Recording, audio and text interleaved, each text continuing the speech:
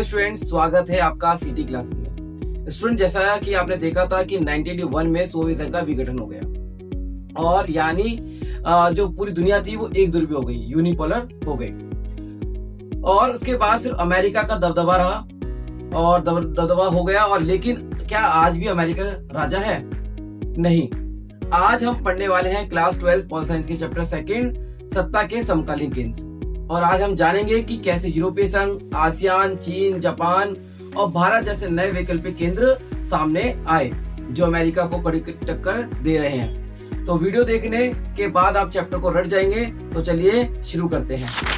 1981 में सोवियत संघ खत्म हुआ तो लगा कि अब अमेरिका का कोई मुकाबला नहीं है।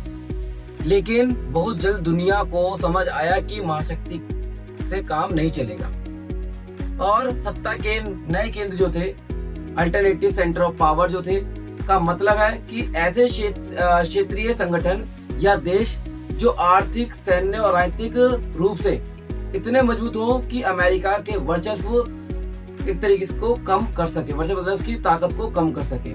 तो इस चैप्टर में हम मुख्य रूप से यूरोपीय संघ, आसियान, चीन, जापान और दक्षिण कोरिया के ऊपर बारे में बात करेंगे।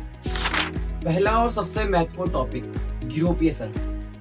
द्वितीय विश्व युद्ध के बाद यूरोप की अर्थव्यवस्था खराब थी और अमेरिका ने मार्शल योजना के तहत इसकी एक तरीके से इनकी स्थापना की और स्थापना 1992 में की गई। जैसे मैंने यहाँ पर बोर्ड पे लिखा हुआ है कि द्वितीय विश्व युद्ध के बाद यूरोपीय की जो अर्थव्यवस्था थी वो खराब हो गई और अमेरिका ने मार्शल योजना के तहत 1922 में एक तरीके से स्थापना की, मास्ट्रिक्ट संधि के द्वारा उसकी स्थापना की।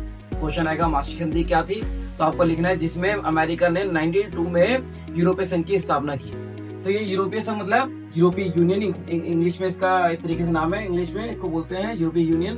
तो ये आपको सबसे मेन याद रखना है कि इसकी स्थापना किसके बेस पे की गई, मास्ट्रिक्ट संधि के द्वारा की गई। आगे है कि जो इसकी विशेषता है, इसका अपना झंडा है, अपनी स्थापना दिवस है, अपना गान है और इसकी अपनी मुद्रा है, इसका नाम है यूरो।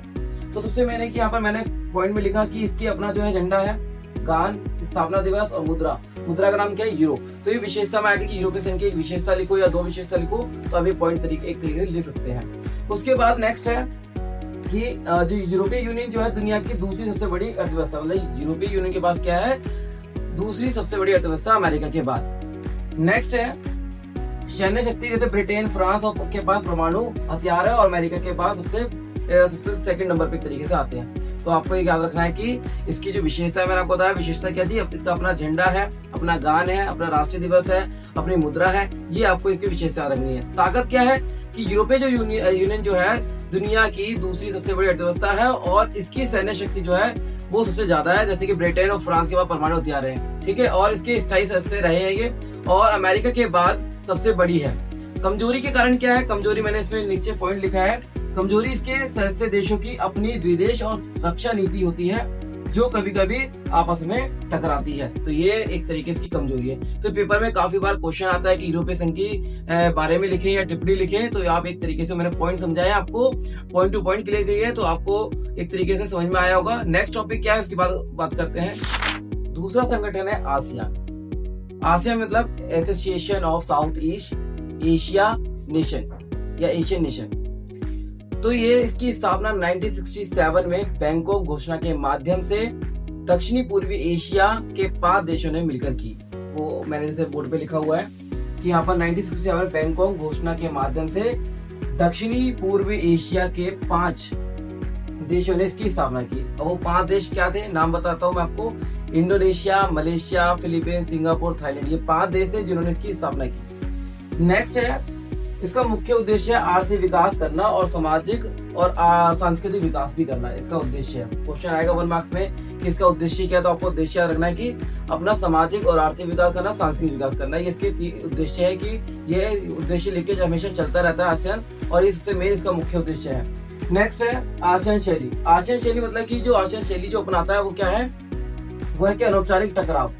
जो भी कहने मतलब है कि टकराव की जगह हम बातचीत करनी चाहिए, उसका कहना है सहयोग मूलक मतलब सबकी एक तरीके से हमें सहायता करनी चाहिए। तो ये एक तरीके से के सहयोग मूलक जो है इसके आसियान शैली के मुख्य पॉइंट है। नेक्स्ट है आसियान समुदाय के 3 स्तंभ है और वो 3 स्तंभ हमेशा पेपर में पूछने के लिए आते हैं। वो 3 स्तंभ, पहला है आसियान सुरक्षा समुदाय, दूसरा आसियान आर्थिक समुदाय और दूसरा और तीसरा है आपका आसियान सामाजिक और सांस्कृतिक समुदाय। ये तीन जो स्तंभ है वो एक तरीके आसियान को मजबूती प्रदान करते हैं और तीन स्तंभ आपको याद रखने हैं, या 3 पिलर्स कहें, ये 3 पिलर्स आपको याद रखने हैं। नेक्स्ट है भारत और आसियान। भारत ने एक तरीके से लुक ईस्ट इंडिया नीति जो अपनाई है, वो नीति क्या है सबसे मेन कि भारत ने लुक ईस्ट इंडिया जो नीति अपनाई है वो उसका एक तरीके से आपस में एक तरीके से व्यापार और मुक्त व्यापार तरीके से व्यापार को बढ़ावा देना। अब बात करते हैं उस देश की जिसने दुनिया के पावर बैलेंस को सबसे ज्यादा हिलाया, और वो कौन था? चीन। 1978 में डेंग शाओपिंग ने ओपन डोर पॉलिसी को अपनाया, मतलब एक नीति अपनाई, और जो नीति थी उसका कहना मतलब जो था, चीन ने जो भी ओपन डोर पॉलिसी जो अपनाई उसका कहने मतलब था कि व्यापार में बिना उसके वीजा के एंट्री करना और व्यापार करना। उसका मेन मकसद ये था कि हम देशों के बीच में जाएं और बेहतरीन व्यापार करें, और वो जो देश है वो हमसे भी व्यापार करें। तो उसने एक तरीके से ओपन डोर पॉलिसी अपनाई। कब अपनाई? 1978 में। डेट याद रखना, एग्जाम में पेपर में एक तरीके से आता है 1 मार्क्स का। नेक्स्ट है चीन ने शॉक थेरेपी नहीं बल्कि चरणबद्ध तरीके से अपनी अर्थव्यवस्था की को एक तरीके से खोल दिया। मतलब कि जो उसका एग्जांपल दिया यहाँ पर, चीन ने जो है शॉक थेरेपी नहीं, मतलब उसने शॉक थेरेपी की तरह कोई मॉडल नहीं अपनाया, मगर की चरणबद्ध तरीके से मतलब प्लानिंग करके उसने अपनी अर्थव्यवस्था को एक तरीके से खोला और अपनी तरक्की करने के लिए आगे भी अपना हाथ बढ़ाए। नेक्स्ट आगे है कि विशेषता 2001 में WTO विश्व व्यापार संगठन में शामिल हुआ, मतलब वर्ल्ड ट्रेड ऑर्गेनाइजेशन में शामिल हुआ, और अब चीन दुनिया का दूसरा जो सबसे बड़ा आर्थिक केंद्र बन गया है। तो आपको याद रखना है 2001 में WTO में शामिल हुआ कौन? चीन। फिर इसका दुनिया का दूसरा सबसे बड़ा आर्थिक केंद्र बनकर उभरा। ये आपको याद रखना है, पेपर में चीन के ऊपर क्वेश्चन आता है तो आप ये सारे पॉइंट इसमें ऐड कर सकते हैं। नेक्स्ट है भारत चीन जो संबंध है वो सीमावाद तो है, मतलब कि हमेशा सीमावाद को लेकर लड़ाइयां होती हैं, लेकिन दोनों के बीच व्यापारिक रिश्ते भी काफी जो बहुत जरूरी है। अमेरिका के दोस्त लेकिन सत्ता के नए केंद्र। अमेरिका के जो नए दोस्त थे, सत्ता के केंद्र थे, वो कौन थे? जापान।